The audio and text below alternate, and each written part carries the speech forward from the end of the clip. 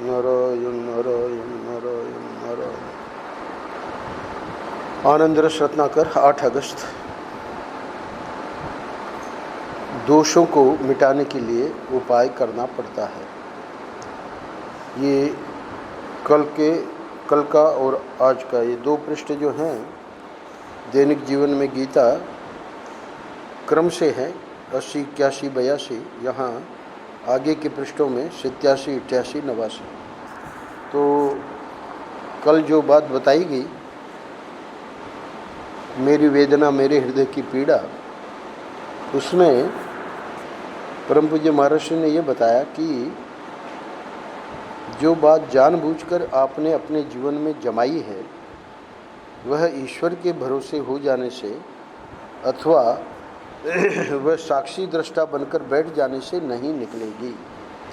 तो कैसे निकलेगी? तो सत्कर्म करने की बात कल बताई।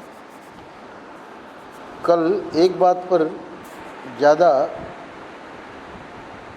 प्रकाश नहीं डाला गया, वो है नीचे से चौथा पैराग्राफ।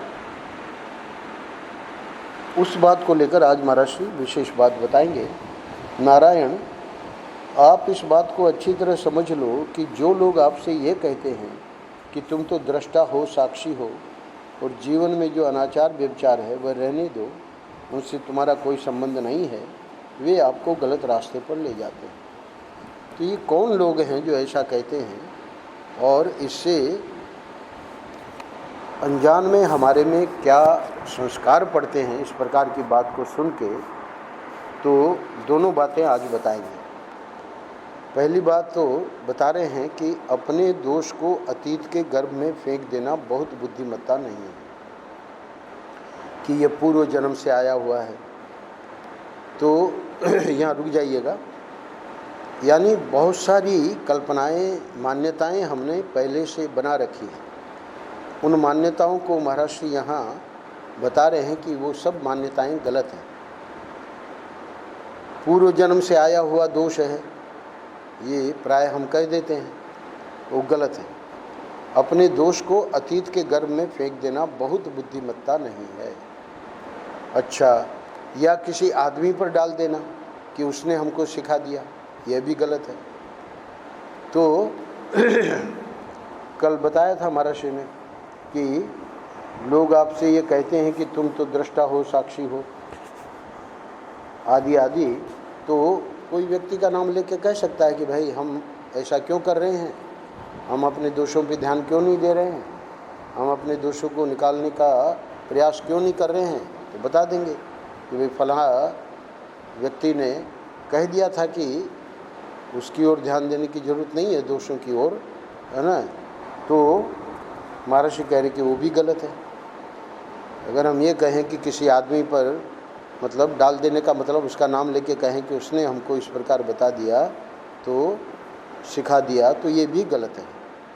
तीसरी बात, या यह कह देना कि यह हमारे माँ बाप से आया है, यह भी गलत है। भाई हमारे पिताजी बड़े क्रोधी थे, वही हमारे में आ गया। तो आनुवंशिक रोग तो आते हैं, डायबिटीज़ आदि बहुत सारे रोग गिनाए हैं अपने चिकित्सा शास्त्र में, तो उनकी बात तो छोड़ दीजिए। पर ये जो हैं दोष, उनको कहना कि वो हमारे माताजी या पिताजी या नाना नानी या दादा दादी, है ना, उनसे ये हमारे में आ गया है, ये भी गलत है। तो फिर सही क्या है? अगर ये भी गलत है, वो भी गलत है, वो भी गलत है, सही क्या है? सुनो, दोष आपने स्वयं देख देख कर, सुन सुन कर सीखा है और उसको स्वयं आपने अपने जीवन में धारण किया है। ऐसे कैसे महाराज? भाई देख देख कर, सुन सुन कर हम दोष क्यों धारण करेंगे? आप कह रहे हैं कि वो सुन सुनकर देख देख कर सीखा है और उसको हमने स्वयं आपने अपने जीवन में धारण किया है। तो वहाँ प्रश्न उठेगा कि ऐसा हम क्यों करेंगे, ऐसा तो कोई नहीं करता। तो उसमें कारण बता रहे हैं। दोष पहले इंद्रियों में आते हैं, फिर मन में प्रवेश करते हैं, फिर उनके साथ आप मिल जाते हैं। आप यह देखो कि आप में दोष हैं कि नहीं। अब इस प्रथम पैराग्राफ के अंतिम जो पंक्तियां मैंने पढ़ी उसमें ध्यान देना है। दोष आते कहाँ? दोष पहले इंद्रियों में आते हैं, यानी इंद्रियां हमारी लालायित होती हैं। शब्द, स्पर्श, रूप, रस, गंध, ये जो विषय हैं, इनकी जो चमक दमक है, इनमें जो आकर्षण है, तो इंद्रियां जो हैं वो स्वाभाविक रूप से ही उधर की ओर आकर्षित होती हैं। अच्छा, अब ये तो होगी, ये तो एक स्थान बता दिया कि ऊपर सब तीनों बातें महर्षि ने मना कर दी। तो अब असली बात क्या है वो बता रहे हैं। उसके बाद क्या बताया?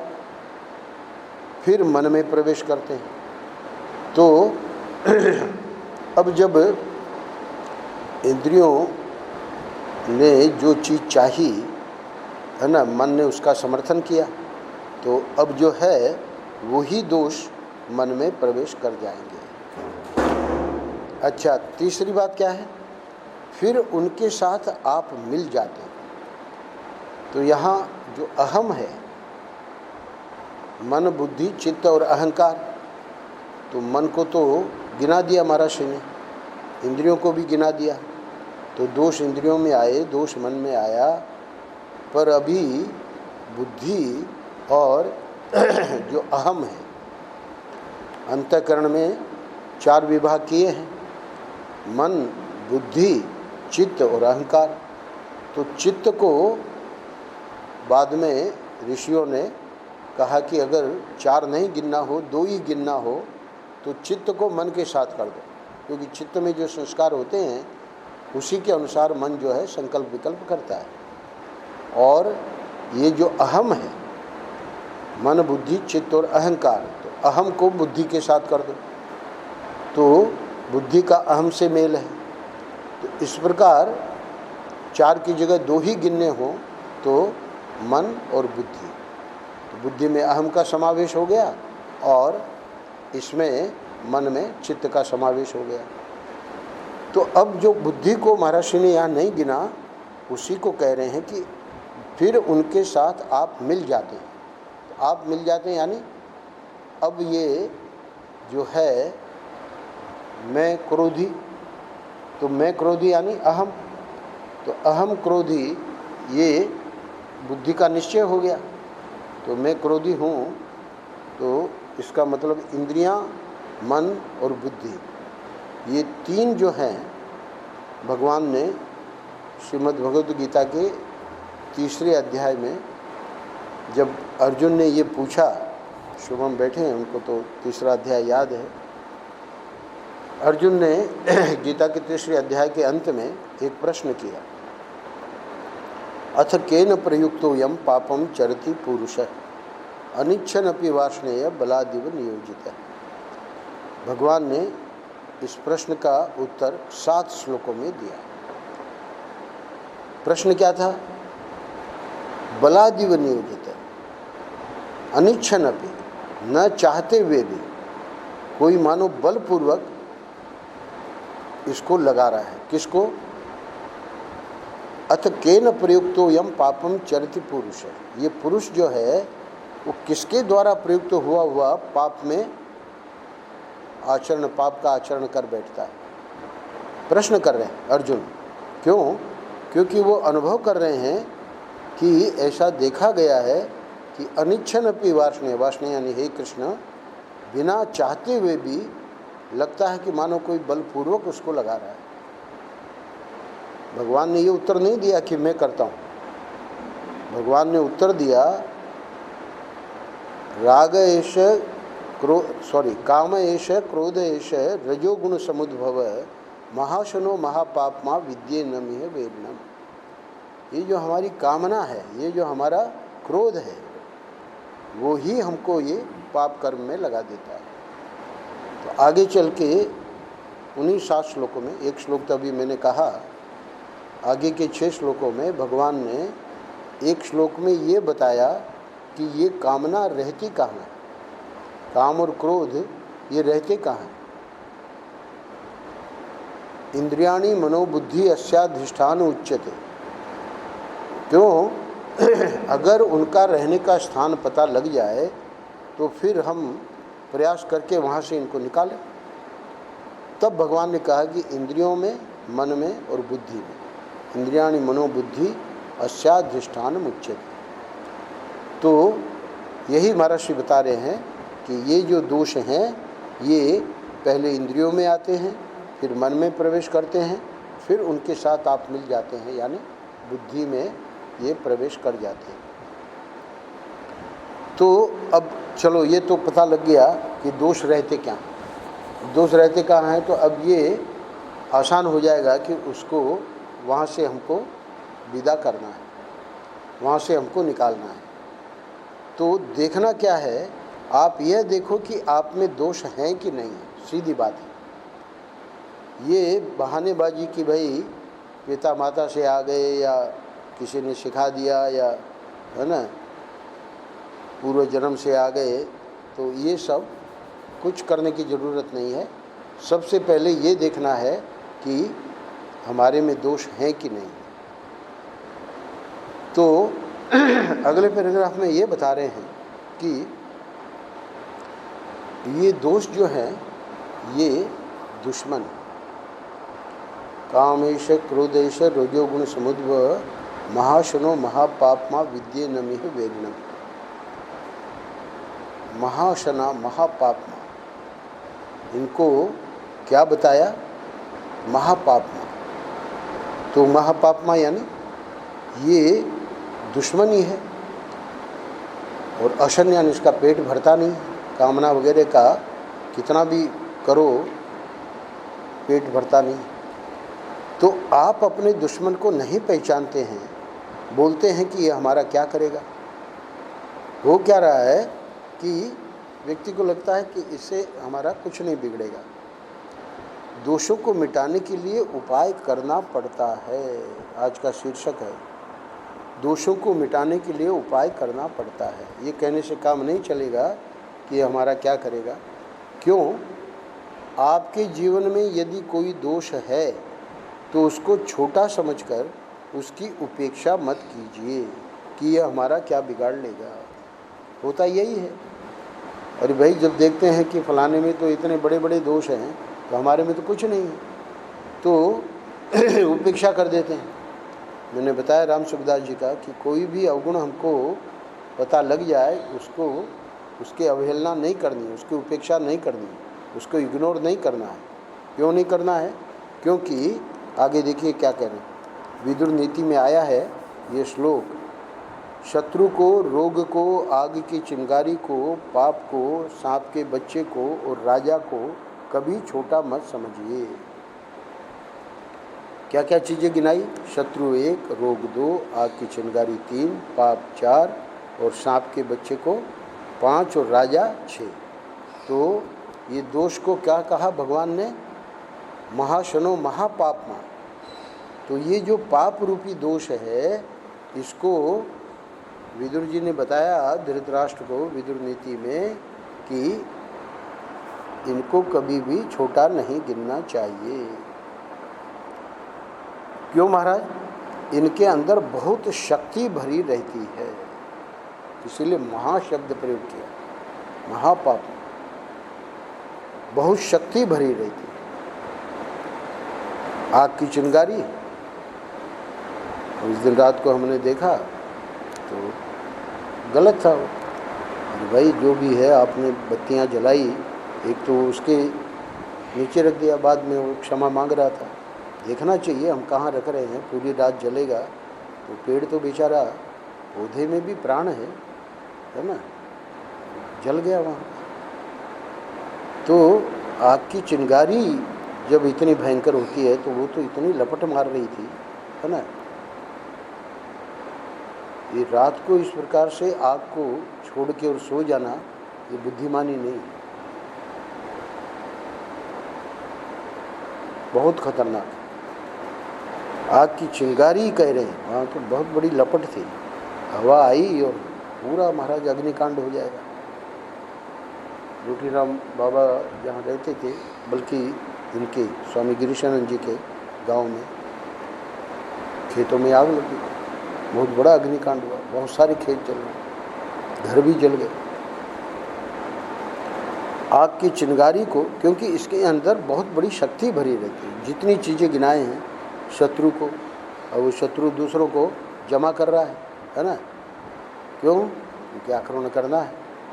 तो शत्रु जो है उसको क्या, अरे उसमें कोई दम नहीं है। अब ये दुर्योधन वगैरह क्या सोच रहे थे, 7 अक्षौणी सेना क्या करेगी हमारा, है ना, 11 अक्षौणी सेना हमारे पास है, और उसमें हमारे पास द्रोणाचार्य, भीष्म, पितामह। तो शत्रुता हो गई ना, कौरवों पांडवों में युद्ध हुआ, तो शत्रु को छोटा गिना, छोटा नहीं होता। अच्छा, आगे कह रहे हैं महाराज जी, इस पैराग्राफ में एक बहुत महत्वपूर्ण बात कहने जा रहे हैं। ये जो ब्रह्म ज्ञान और ये जो समाधि की साधना कर रहे हैं, है ना, और दोष उनके बने हुए हैं। कहते हैं कि रहने दो ईश्वर को वहाँ जहाँ रहता है, यानी भक्त जम के भक्ति कर रहा है, पर वो ईश्वर की जो भक्ति कर रहा है पर अपने दोषों पर ध्यान ही नहीं दे रहा है। महर्षि कह रहे हैं कि अभी ईश्वर को रहने दो वहाँ जहाँ रहता है।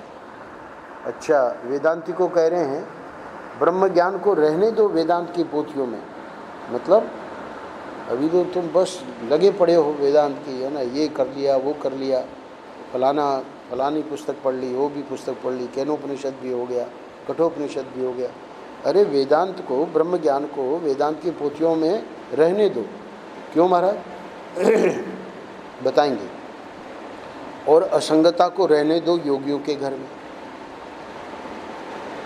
आत्मा असंग है, हम तो इसका अभ्यास कर रहे हैं। ठीक है, अभ्यास कर रहे हो, और ये तो योगियों का मुख्य उनकी साधना है, तो उसमें भी ज़्यादा अभी पढ़ने की ज़रूरत नहीं है। असंगता को योगियों के घर में रहने दो। तो क्या करें महाराज?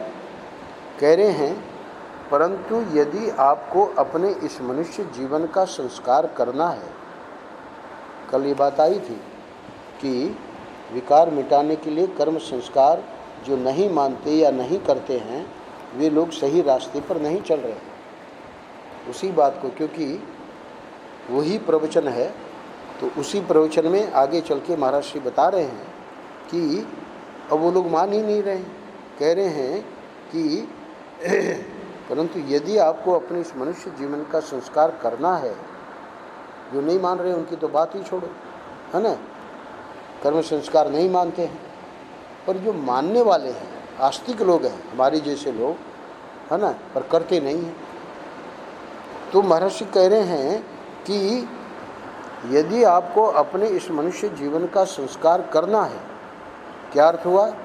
मानते तो रहे, अब हमको ये भी समझ में आ गया कि सिर्फ मानने से नहीं काम चलेगा, करना पड़ेगा।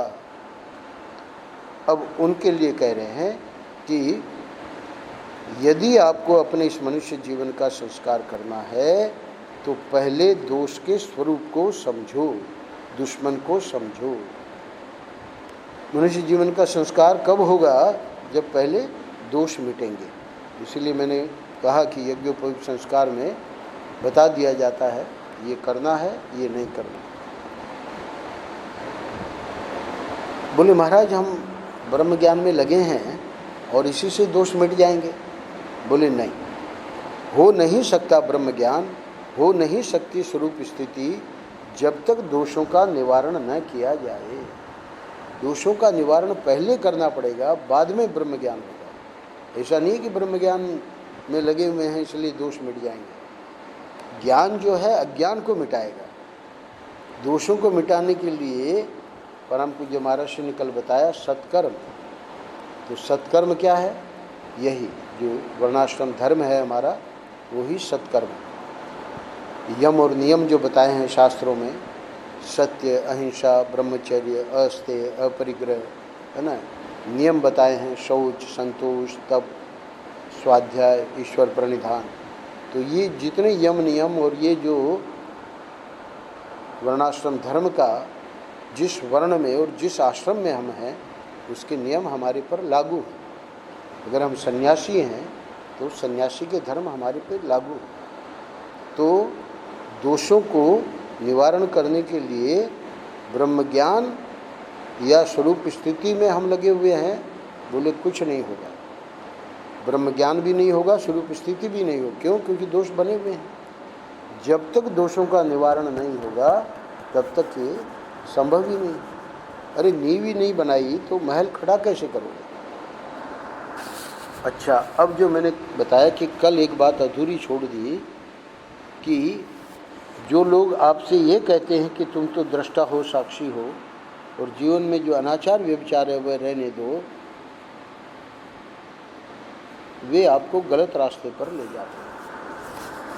इसी प्रसंग में महाराज श्री एक सत्य घटना बता रहे हैं। महाराज श्री के शिष्य थे गोंडल के महाराजा। पहले जब अंग्रेजों का राज्य था तो जगह जगह के राजा थे। तो जगह जगह के राजा मतलब गुजरात में थोड़ी थोड़ी दूर पे है ना, ये गोंडल के राजा हैं, ये बड़ौदा के राजा हैं, ये सूरत के राजा हैं, ऐसे राजा थे, इतने राजा थे। तो खैर बाद में भारत स्वतंत्र हुआ तो वो पहले तो प्रीवी पर्स वगैरह उनको राजाओं को कुछ दिया गया, तो बाद में वो भी हटा दिया गया। तो अब काहे के राजा, पर लोग फिर भी गोंडल के राजा। तो वो गोंडल के राजा जो हैं वो आनंदमयी माँ के शिष्य थे और उनकी पत्नी महाराज की शिष्या थी। तो उनके कोई विदेशी, क्योंकि ये राजा लंदन वगैरह जाते रहते थे, तो उनके कोई शिष्य आए हुए थे भारत में। उनको पता लगा कि हमारे मित्र जो हैं वो महाराज के पास भी जाते हैं। तो ये बम्बई में भी उनका गोंडल के राजा का वहाँ घर है, तो महाराज के पास बम्बई में आते थे। तो महाराज कह रहे हैं कि एक राजा साहब हमारे भक्त हैं, शिष्य नहीं भक्त हैं। शिष्य तो आनंदमयी माँ के थे। उनके कुछ विदेशी मित्र उनके पास आए। अब वो विदेशी मित्रों ने क्या कहा, जब उनको पता लगा कि हमारे मित्र, हमारे जो राजा मित्र हैं वो एक महात्मा के पास जाते हैं, तो वे उनके विदेशी मित्र पहले तो राजा के पास आए। तो राजा के पास आकर बोले कि जाकर स्वामी जी से पूछाओ नहीं, स्वामी जी से पूछाओ कि यदि वे हमारे दैनिक क्रियाकलाप में जो हम रोज़ रोज़ करते हैं, जो खाते हैं, जो पीते हैं, जैसे रहते हैं, उसमें कोई दस्तंदाजी यानी उसमें कोई हेर फेर, इंटरफेरेंस न करे, तो हम उनका उपदेश सुनने को तैयार हैं, उनसे ब्रह्म ज्ञान सीखने को तैयार हैं, योग और ध्यान करने को तैयार हैं। तो उन विदेशियों का ये मानना था कि ऐसे लोग वहाँ अमेरिका वगैरह में पहुँचे और वो बताते थे कि भाई आप जो करते हो करते रहो और हम आपको ध्यान सिखा रहे हैं। तो जब ये भारत आए तो भारत में जब पता लगा कि हमारे मित्र के गुरुजी हैं, है ना, हमारे मित्र मतलब एक महात्मा के पास जाते हैं, तो कहा होगा कि आप लोग भी चलो गोंडल के महाराजा में। तो बोले कि हाँ हम चलेंगे, परंतु आप उनसे ये प्रश्न पूछ लो। तो फिर उन्होंने पूछा होगा, तो वही बात आगे महर्षि बताने जा रहे हैं। क्या पूछने को कहा? वे हमारे दैनिक क्रियाकलाप में जो हम रोज रोज करते हैं, जो खाते हैं, जो पीते हैं, जैसे रहते हैं, रहने का मतलब उनके यहाँ तो व्यभिचार वगैरह भी सब होता रहता है। विदेशी लोग जो हैं तो ये तो यानी चरित्र जहाँ शुद्ध नहीं है वहाँ तो ये ब्रह्म ज्ञान जाएगा कैसे? तो वो क्या कह रहे हैं, उसके ऊपर तो कोई रोक टोक करे नहीं, और अगर ऐसा करने को तैयार हैं तो फिर हम वो जो भी उपदेश करेंगे अथवा ध्यान योग जो भी हमको सिखाएंगे हम तैयार हैं, ब्रह्म ज्ञान सीखने को तैयार हैं। अब इस बात को महर्षि ने इसलिए रखा है कि लो भला, यह तो चेला बनाने की जब बहुत बड़ी गर्ज होती है तब कुछ तो ऐसा भी बोलते हैं कि तुम ईश्वर को मानो चाहे मत मानो, आओ तुमको हम ध्यान सिखाते हैं। कुछ ऐसा भी कहते हैं, कुछ है ना, कुछ ऐसे स्वयंभू जो गुरु बन गए हैं, है ना, तो वो ऐसा भी कहते हैं कि तुम्हारी जो मौज हो सो खाओ पियो, जैसी मौज हो वैसे रहो, अनाचार व्यभिचार करते रहो, आओ हम तुम्हें ब्रह्म ज्ञान का उपदेश दें। तो ये कौन है? बोले कि चेला बनाने की जब बहुत बड़ी गर्ज होती है तब ऐसा देखा जाता है समाज में। अच्छा, अब यहाँ महर्षि बताएंगे आखिरी पैराग्राफ में कि हम दो टूक बात बोल रहे हैं। दो टूक बात क्यों बोल रहे हैं? क्योंकि जब प्रवचन में ये बात कही जा रही है तो ऐसा जो करते हैं उनके भी कान में ये बात पड़ेगी, तो उससे उनको क्षोभ होगा कि भाई ये बात हमारे विरुद्ध में बोली गई है। तो इसलिए महर्षि कह रहे हैं कि हमको इसका डर नहीं है।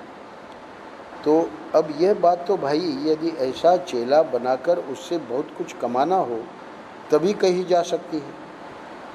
बिना लौकिक स्वार्थ हुए ऐसा काम कोई साधु कोई महात्मा नहीं कर सकता। तो साधु महात्मा तो करेंगे ही क्यों, पर वो जो साधु वेशधारी है ना, जिनका स्वार्थ है, तो वो स्वार्थ क्या है कि बहुत पैसे वाला ये हमारा चेला बन जाए तो हमको हमारा बड़ा आश्रम बन जाएगा, हमको विदेश ले जाएगा। तो कह रहे हैं कि लौकिक स्वार्थ हुए बिना ऐसा काम कोई साधु कोई महात्मा नहीं कर सकता। अंतिम वाक्य में कहते हैं कि कोई भी बात दो टूक कहने में हमें संकोच नहीं है। नारायण नारायण नारायण नारायण। श्री राम